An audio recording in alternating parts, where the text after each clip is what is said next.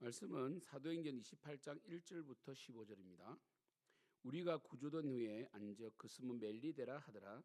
비가 오고 날이 참에 원주민들이 우리에게 특별한 동정을 하여 불을 피워 우리를 다 영접하더라. 바울이 나무 한 묶음을 거두어 불에 넣으니 뜨거움으로 말미암아 독사가 나와 그 손을 물고 있는지라. 원주민들이 이 짐승이 그 손에 매달려 있음을 보고 서로 말하되 진실로 이 사람은 살인한 자로다. 바다에서는 구조를 받았으나 공의가 그를 살지 못하게 함이로다 하더니 바울이 그 짐승을 불에 떨어 버림에 조금도 상함이 없더라. 그들은 그가 붙든지 혹은 갑자기 쓰러져 죽을 줄로 기다렸다가 오래 기다려도 그에게 아무 이상이 없음을 보고 돌이켜 생각하여 말하되 그를 신이라 하더라. 이 섬에서 가장 높은 사람 보블리오라 하는 이가 그 근처에 토지가 있는지라. 그가 우리를 영접하여 사흘이나 친절히 머물게 하더니 보블리오의 부친이 열병과 이질에 걸려 누워 있거늘 바울이 들어가서 기도하고 그에게 안수하여 낫게 하며 이러므로 섬 가운데 다른 병든 사람들이 와서 고침을 받고 후한 예로 우리를 대접하고 떠날 때에 우리 쓸 것을 배에 실었더라. 석 달 후에 우리가 그 섬에서 겨울을 난 알렉산드리아 배를 타고 떠나니 그 배의 머리 장식은 디오스쿠로라. 수라구사에 대고 사흘을 있다가 거기서 둘러가서 레기온에 이르러 하루를 지낸 후 남풍이 일어나므로 이튿날 보디올에 이르러 거기서 형제들을 만나 그들을 청함을 받고 이래를 함께 머무리라. 그래서 우리는 이와 같이 로마로 가니라. 그곳 형제들이 우리 소식을 듣고 아비오 광장과 트레비스 타베르네까지 맞으러 오니 바울이 그들을 보고 하나님께 감사하고 담대한 마음을 얻으니라. 아멘. 우리 28장 이제 로마에 그죠?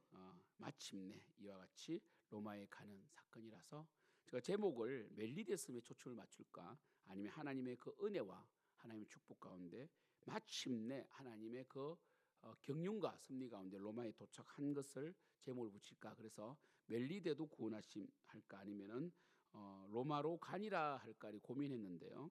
사실 이 바울이 이 멜리데스에 걸리잖아요. 이 큰 배죠. 276명이 탄 큰 상선이 결국 모든 재산을 다 잃게 되었고 배도 깨어지게 되었는데 이 뭡니까 베닉스에서 이 유라굴로 광풍을 맞아서 그 엄청 넓은 지중해, 여러분 지도 보시면요 어마어마하잖아요. 그 지중해가 그 지중해를 표로하다가 이탈리아 남쪽 섬 멜리데에 이렇게 걸렸다는 것은 이것은 하나님께서 마치 노아의 방주를 바람을 불어 운영하시고 또 모세의 그 이 갈대 상자를 바로의 공주에게 인도한 것처럼 이건 하나님께서 손으로 받아서 데려다 주셨다라고 봐야 돼요.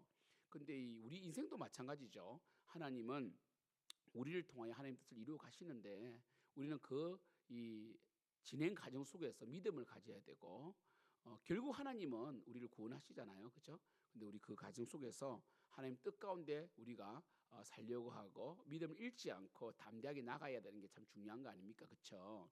이번에 우리 이 중고등부 청년대학부 우리 14명이 이그 7월 마지막 주 월화 우리 동설로에 수련회 참석하는데 우리 양아진 묘에 가거든요. 그 양아진의 수많은 애기묘 그리고 수많은 묘지들이 있지 않습니까? 그래서 정말 그 당시에 가장 미개했던 나라 조선에 정말 이 선교의 그 심정을 품고 루비 캔드릭 같은 경우는 그 오자마자 얼마 지나지 않아서 죽게 됩니다. 그때 그는 1000개의 목숨이 주어져도 이것은 한국 것이다라는 그 엄청난 선교 보고를 듣고 처음에는 굉장히 좋아했는데 곧 그 이후에 죽었다는 비보를 듣고 오히려 이 한국 조선 땅을 가기를 꺼려한 것이 아니라 선교사들이 막 자원하고 해가지고 많은 선교사들이 왔는데 그 이후에도 풍토병으로 많이 죽고 그리고 아기도 죽고 남편도 죽고 아내도 죽고 이렇게 했지만 끝까지 복음을 전했던 수많은 캐나다, 호주 그리고 미국 대표적으로 미국이죠, 그죠?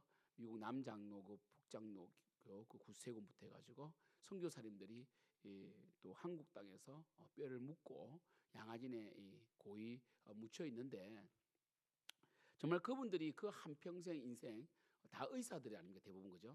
정말 그 본국에서는 최고의 명예와 그리고 부를 소유하며 이 땅에서 정말 아무런 부족함이 살 수 있는 사람들이었는데 하나님의 그 놀라운 비전과 은혜 가운데 한국 그 조선 그 미개한 땅에 와서 그들이 목숨을 바쳤던 그 엄청난 일이 어떻게 이루어질 수 있습니까? 이게 어떻게 상식적으로 이해할 수 있습니까? 그렇죠? 그러나 하나님께서 인도하셨고 하나님께서 어떤 역경 가운데서도 끝까지 그들을 붙드셨고 그들은 정말 복음을 전하다가 정말 멋지게 하나님의 그 생명책이 기록된 자들로서 또 하나님을 섬긴 기념책에도 기록되고 또 한국 땅에 이 양화진에 묻혀 있는 것입니다. 이와 같이 결국 하나님께서는 바울을 사명을 주셨고 바울에게 그 임금들 앞에서 복음을 전하는 이방인의 사도로 부르셨고 결국 그 당시에 모든 이 정치 경제 모든 이 또 교역이 통하는 이 팍스 로마나 로마의 바울을 옮기셔서 그곳에서 마지막까지 이 복음을 전하는 자로 투혼을 불태우고 하나님께서 사명을 다하게 하신 다음에 천국으로 환송하셨습니다. 바울은 그 사이에 결국 항상 일관성 있게 영혼을 살폈고 어제 보신 것처럼 선장과 선주와 그리고 군사들이 이 사공을 죽이려고 하거나 또는 이 제수를 죽이려고 할 때 하나님께서 보호하셨고요. 그리고 바울도 정말 하나님의 그 영혼 살리는 영혼 중심, 복음 중심의 삶을 그냥 상황이 어떻든 광풍을 만났던 열 나흘을 굶었던 그리고 죽음의 위협 가운데서도 일관성 있게 복음을 전함으로 바울은 결국은 하나님의 뜻대로 살다가 이제 로마에 도착하게 된 것입니다. 그래서 제가 이 로마로 가는 가운데 멜리데라는 섬에서 결국 이 걸리게 되었는데 이것은 정말 기적적이었고 이 멜리데에서 감사하게도 원주민들이 동정을 베풀었다는 게 참 감사합니다. 우리 전능자의 건을 보면 우리 선교사님이 결국 이 원주민과 접촉하는 그 순간에 그렇게 준비를 많이 하고 갔지만 원주민을 만난 그 순간에 이 창에 찔려 죽잖아요, 그죠?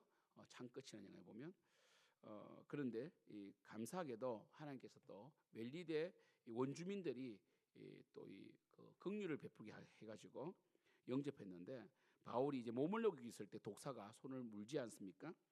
그래서 그들은 뭐라고 했느냐면 그들은 뭡니까? 이 바다를 이제 신으로 보니까 포세이돈 이 바다가 이 사람들이 죄가 많아서 토해냈다.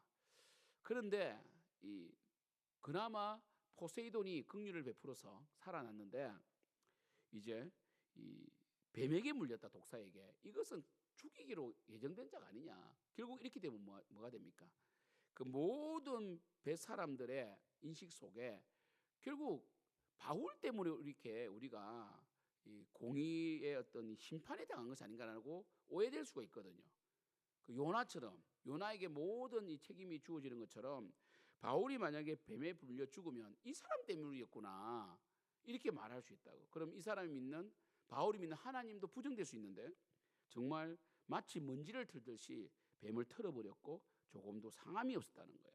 이로 인하여 이 멜리데 섬 사람들은 그는 신이다. 그래서 이 보블리오라는 이 섬에서 가장 높은 위치에 있는 이 추장이라고 할 수 있죠. 그가 부친을 데려왔을 때 열병을 기도로 낫게 하게 되었고 그리고 그들은 이제 로마로 갈 수 있는 그 배를 얻게 되는 것이죠. 그죠? 그래서 이 석 달 동안 겨울을 났습니다.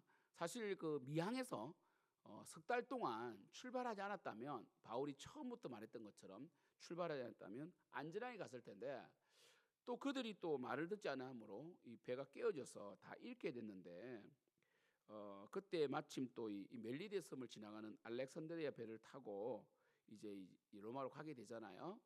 이렇게 볼 때 우리가 이제 이 전체적인 하나님의 경륜적으로 볼 때 멜리데 섬도 하나님의 복음을 들을 영혼이 있다. 그래서 하나님께서는 우리의 큰 이 그림을 가지고 계신데 그리고 우리는 큰 그림과 비전은 가질 수 있지만 그 순간순간에 하나님을 섬겨갈 때에 어떤 일이 있을 줄 우리는 알지 못합니다. 그때 우리는 최선을 다해야 됩니다. 바울처럼. 그래서 이 멜리데 섬의 추장 보블리오가 이 병에 아버지가 병에 낫는 것을 통하여 그죠? 이 엄청나게 큰 은혜를 받게 되는, 물론 이 보블리오가 예수를 믿었다라는 표현은 없지만 그래도 바울이 복음을 전했을 겁니다. 이로 인하여 그들은 살 길을 얻게 되었다. 결국 뭡니까? 이 선장과 선주 모두가 그리고 바울의 말이 맞았고 또 바울의 이러한 놀라운 이 이적을 통하여 그들이 이 겨울을 석 달을 아무런 어떤 노동 없이 후한 대접을 받을 수 있게 되었다 하므로 분명히 그 중에 또 구원받았던 영혼이 있었을 것입니다. 사랑하는 성도 여러분, 정말 하나님께서는 우리를 이 땅에 보냈을 때는 하나님의 계획이 있고 또 하나님께서는 우리를 통하여 뭐 우리가 그렇게 탁월하거나 뛰어난 존재가 아니더라도 정말 그저 겸손하게 우리의 능력껏, 사실 우리가 뭐 이 금그릇 은그릇 질그릇이 있는데 질그릇이 금그릇 되려고 하면 안 돼요. 질그릇은 질그릇 나름대로의 쓰임이 있거든요. 그래서 우리는 그 자리에서 하나님 앞에 신실하게 예배드리고 그리고 영혼을 구원하고 복음을 전하고 선을 행할 때 정말 하나님께서 우리를 통하여 일을 하신단 말이에요. 오늘 토요일인데 하나님께서 이 오남 지역에 우리 생명 넘치는 교회 성도님들을 걸리게 하셨다. 마치 바울이 멜리데에 걸린 것처럼 오남 지역에 우리를 걸리게 하셨고 여기에서 기적과 이적이 나타나고 영혼이 살아나고 또 우리의 섬김과 희생과 사랑의 실천을 통해서 구원의 역사가 일어나기를 축복합니다. 여러분 힘드시죠? 여러분도 오고 몸도 좀 힘이 들고 또 직장 사업도 힘들지만 우리가 사명을 위해 살아야 됩니다. 사명을 위해 살 때 그리고 정말 주의 영광을 위해 살아갈 때 어떤 악한 영의 어떤 공격이나 또 우리 마음속에 역사하는 여러 가지 불안한 마음도 이겨낼 수 있습니다. 여러분 신뢰하시고 하나님을 더욱더 가까이 하는 여러분들에게 축복합니다. 기도하겠습니다. 하나님 아버지, 하나님의 계획은 우리가 다 알 수 없지만 그 순간순간의 바울처럼 영혼을 사랑하고 긍휼한 마음으로 선을 행하고 하나님께 예배할 때에 우리는 반드시 하나님 일을 할 수 있는 것입니다. 아버지 하나님, 우리는 정말 이 큰 능력을 가진 자들은 아니지만 하나님의 사명을 가진 자입니다. 특별히 바울의 그 배가 멜리데에 걸린 것처럼 우리를 오남에 걸리게 하셨고 이 오남 땅의 삶으로 오남 땅에서 복음을 전하고 정말 우리들의 신실한 믿음과 희생을 통하여 교회가 세워지고 교회 속에 기적이 나타나고 능력이 나타나서 정말 그곳에서 놀라운 구원의 역사가 일어날 줄 믿습니다. 아버지 하나님, 정말 우리가 오늘도 내일 예배를 잘 준비하게 도와주시고 하나님 영광을 위해 살아갈 수 있도록 역사하여 주시옵소서. 예수님의 이름으로 기도드립니다. 아멘.